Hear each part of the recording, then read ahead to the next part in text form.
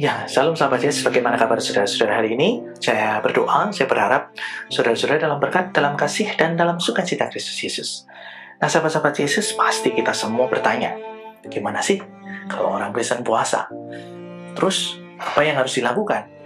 Terus, gimana kalau ada orang ngasih makanan? Ya, akan ada banyak pertanyaan.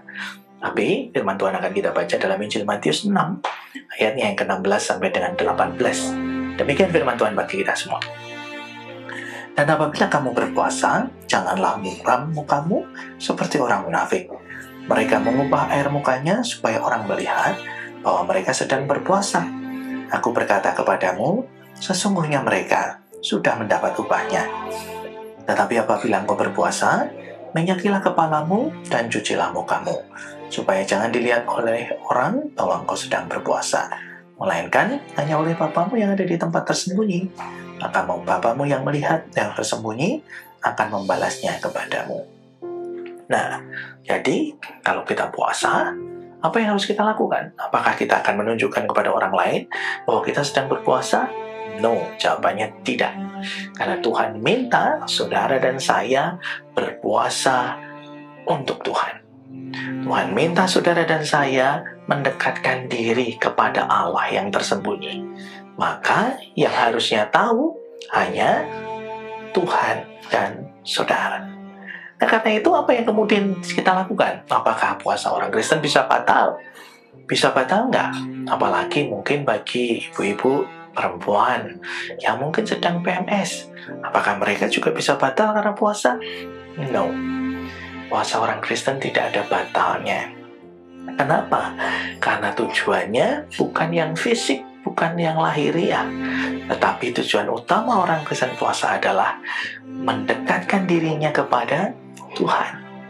Nah, lalu apakah boleh makan? Boleh ini dan itu? Nah, karena itu diserahkan kepada saudara-saudara. Apakah mau puasa pantang?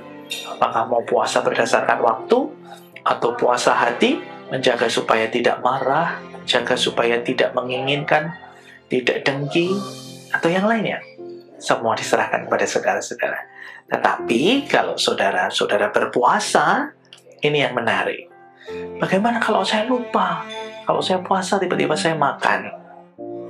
Karena itu puasa dalam Kristen ditempatkan setelah kata doa. Berdoa dan berpuasa.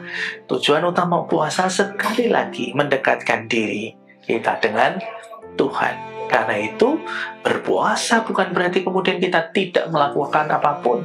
Bukan berarti kemudian kita nggak kerja, kita nggak keluar rumah, kita nggak melakukan aktivitas. No. Kita melakukan semua aktivitas kita seperti biasa. Bahkan Tuhan Yesus minta, cucilah mukamu supaya mukamu berseri dan orang tidak tahu kalau engkau puasa. Kenapa? Karena puasamu adalah untuk Tuhan, bukan untuk dilihat orang, bukan untuk dipamerkan, bukan untuk menjadi kesombongan. Masuki masa Paskah selama 40 hari, Tuhan memberkati.